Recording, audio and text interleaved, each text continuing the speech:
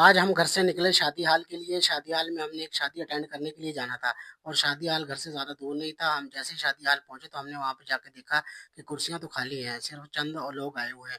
और जो लोग आए हुए हैं वो अपनी अपनी बातों में लगे हुए हैं। और यहाँ पे हमने दो चीज़ें फेस की। एक चीज़ ये कि यहाँ पे ठंडा पानी नहीं था पीने के लिए, जिसकी वजह से हम बहुत तंग हुए। और दूसरा ये कि यहाँ पे एसी नहीं लगा हुआ था और कुछ पक्के चल रहे थे, कुछ नहीं चल रहे, जिसकी वजह से हम बहुत टेंशन में थे कि जल्दी जल्दी बारात आए और बारात आकर जो अगली रस्म रवाज है वो शुरू हो जाए।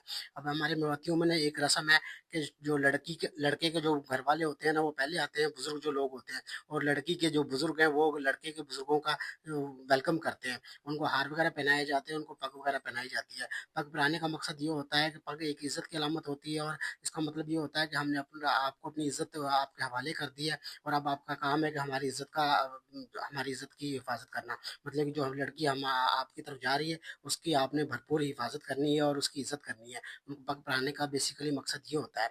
जैसे तैसे करके ये रस्म रिवाज खत्म हुई और जो है कि दूल्हे के जो बुजुर्ग लोग हैं वो अपनी अपनी चेयर पे जाकर बैठने लगे। ठीक है, और हम भी अब बाकी बारात का जो है कि इंतजार करने लगे। मेन बारात जो थी वो पीछे थी, दूल्हा और उसके जो दोस्त वगैरह थे मतलब वो पीछे थे, बुजुर्ग लोग पहले आके बैठ गए थे। इधर हम गपशप करने लगे अपने टेबल पे और उनका इंतजार करने लगे। यहाँ पे हम बैठकर उनका इंतजार कर रहे थे।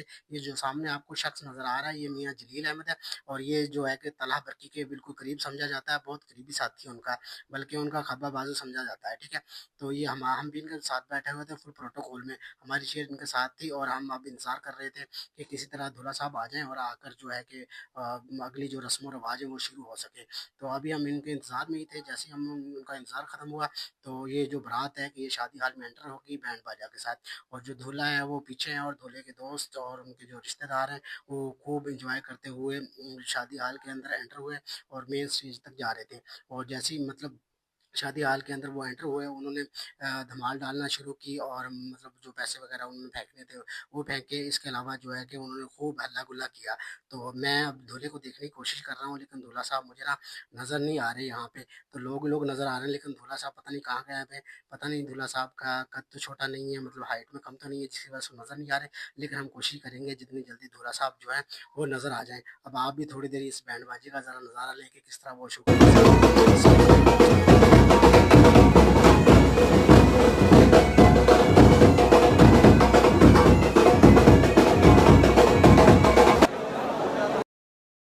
दूल्हा साहब स्टेज पे पहुंच गए हैं और स्टेज पे पहुंचकर वो सलामी वगैरह कर रहे हैं, मतलब निकाह है इसका मतलब हो गया है। और निकाह होने के बाद जो अपने दोस्तों से मिल रहे हैं, और मैं दूल्हा साहब को दिखा दूँ, ये देखें दूल्हा साहब, माशाल्लाह माशाल्लाह कितने हैंडसम है दूल्हा साहब, तो बहुत प्यारे लग रहे हैं। और ये छुआरे शरीफ आ गए हैं जो निकाह के बाद मिलते हैं, और जो एक निकाह की रस्म है उसमें छुआरे दिए जाते हैं बरातियों को भी, मतलब जो मेहमान होते हैं वो सारे छुआरे खाते हैं, और हम भी यहाँ पे छुआरे बैठ के खा रहे हैं और इंजॉय कर रहे हैं छुआरों को। ये एक रस्म होती है जो एक निभानी होती है निकाह में। तो अब बैठ के हम छुआरे खा रहे हैं। तो जो बाकी लोग हैं वो देखें, अब जो दूल्हा साहब हैं अब बिल्कुल क्लियर दिखाई दे सकते हैं और दूल्हा साहब खुश भी नज़र आ रहे हैं। लगता है आज तो इनकी खुशी की इंतहा नहीं है। और दूल्हा साहब बहुत ही खुश नज़र आ रहे हैं, माशाल्लाह प्यारे भी हैं। और ये देखें दूल्हा साहब जो बिल्कुल क्लियर नज़र आ रहे हैं। पहले हम देखते देखते रह गए लेकिन दूल्हा साहब मुझे मुझे नज़र नहीं आए। ये दूल्हा साहब बैठ गए, मुझे लगता है थक गए, सफ़र काफ़ी किया है और आज तो मेरे ख्याल से टेंशन में होंगे। ये देखिए अब खाना आ गया है और हमने खाना स्टार्ट कर दिया। अच्छा, हमारे मेवातियों में ना एक रस्म, एक स्पेशल डिश दी जाती है जिसको कट्टा कहते हैं। कट्टा मतलब पड्डा, पड्डा इसको बोलते हैं हम ज़ुबान में। ये हर बारात में लाज़मी दिया जाता है, चाहे कोई माड़ा है, चाहे कोई तगड़ा है, वो बारात में पड्डा लाज़मी देता है। तो ये एक इनकी मेन डिश होती है जिसको वो खाते हैं और बड़े शौक से खाते हैं। मतलब बड़े जानवर का जो गोश्त होता है उसको बड़े शौक से खाते हैं, और हम फुल प्रोटोकॉल के साथ जो है कि हर चीज़ अवेलेबल एंजॉय कर रहे थे। और अब हम खाना खाने के बाद निकल आए हैं घर से बाहर, और ये मेरे फूफो के बेटे हैं जो उधर से अपना हेलमेट लेने गए थे। ये बड़े शातिर हैं, शादी हाल में अपना हेलमेट लेके नहीं गए, तो इस दुकान वाले को पकड़ा गए ताकि बेइज्जती ना हो। अब आते हुए इन्होंने हेलमेट अपना पकड़ लिया है। अब हम इनके घर की तरफ जा रहे हैं, ये ज़िद कर रहे थे चलें हमारे साथ शादी हाल से घर की तरफ चलें, घर जाके जो है कि हम बैठेंगे बातें करेंगे। अब हम उनके घर की तरफ निकल पड़े, लेकिन रास्ता बहुत प्यारा था और हमने बहुत एंजॉय किया, और खेतों की खुशबू आ रही थी, और ये बहुत हमने एंजॉय किया। दिल ललचा रहा था कि बार बार ऐसे रोड पे सफ़र किया जाए, और हम गप्पे लगाते जा रहे थे। आपने एक बात नोट की होगी, भाई साहब एक हाथ से ड्राइव कर रहे हैं और दूसरे जो भाई हैं मेरे साथ वाले वो भी एक हाथ से ड्राइव कर रहे हैं। ये आप देख सकें देखें तो ये एक मेरे भाई भी जो है कि एक हाथ से ड्राइव कर रहे हैं, ये दोनों एक हाथ से ड्राइव कर रहे हैं और एक हाथ से गप्पे लगा रहे हैं और फुल शुगल मेले के साथ हम जो है कि ये सफ़र जो है कि तय कर रहे हैं। सफ़र तो ज़्यादा दूर नहीं था लेकिन ये एंजॉय वाला बहुत था। रास्ते में हमें अंकल जी मिल गए जो ये मेरे फूफा जी लगते हैं रिश्ते में और ये इनके वाल साहब हैं।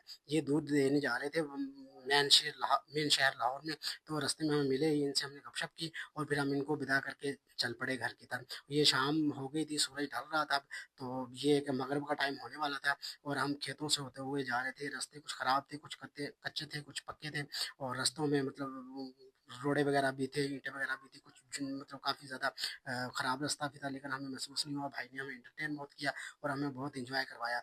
ये अब हम उनके घर पहुँचने वाले हैं। ये बिल्कुल गाँव के बाहर एक डेरा है, डेरे पे बैठे हुए थे। ये देखें जी आगे चाय जिसके लिए हम स्पेशली आए थे, इन भाइयों ने असल में हमें ना चाय पे इनवाइट किया था, अगर आपने आकर चाय पीनी है और मतलब शादी हाल में तो चाय होती नहीं है, तो घर जाके फिर हम चाय स्पेशल अपने घर का भैंसों का दूध का चाय बनवाई और बहुत चाय लजीज थी। ये भाई जो सामने बैठे हुए हैं इनके बड़े भाई हैं और माशाल्लाह बहुत ही नाइस पर्सन है। इन्होंने हमें बहुत अच्छी अच्छी बातें बताई और बहुत बुजुर्गों वाली बातें की। इन्होंने हमें वो वाक़या बताया जिस तरह इंसान के हिस्से में ज़िल्लत आई। हज़रत आदम अलैहिस्सलाम का वाक़या भी सुनाया और इन्होंने बहुत गपशप की हमसे। मतलब सारे दुःख-सुख खोले और एन्जॉय किया हमने, साथ में चाय पी और साथ में एन्जॉय किया और बहुत से मतलब अपने जो है कि आगे-पीछे की बातें, ओह! ये देखें ये भाई तो पुलिस वाले निकल आए जो हमारे साथ आए थे। एक्चुअली ये ड्यूटी पे जा रहे थे उधर से, इनका इरादा ये था खाना खाने के बाद बारात से सीधा ड्यूटी पे चले जाएँगे। लेकिन ये कि हम इनको मिल गए तो इन्होंने ये फिर हमारे लिए स्पेशली आए, डेढ़ 2 घंटा, 3-4 घंटे, 2-3 घंटे जो है कि इन्होंने हमारे साथ गुज़ारे। और अब आप सोच रहे होंगे मैं तो ड्यूटी में आया नहीं था, ये देखें मैं भी ड्यूटी में आ गया हूँ, मैं भी इधर ही हूँ। तो ये है कि मैं ज़रा वीडियो पे फ़ोकस कर रहा था, इस वजह से मैं खुद नज़र नहीं आया। तो अब मैंने खुद का फेस जो है शो करा दिया है। ये देखें मैं भी नज़र आ गया हूँ। अब ये घर बड़ा प्यारा बना हुआ है इनका और एक डेरा बनाया हुआ है। घर के बाहर जो है कि हवेली टाइप है और अंदर घर है।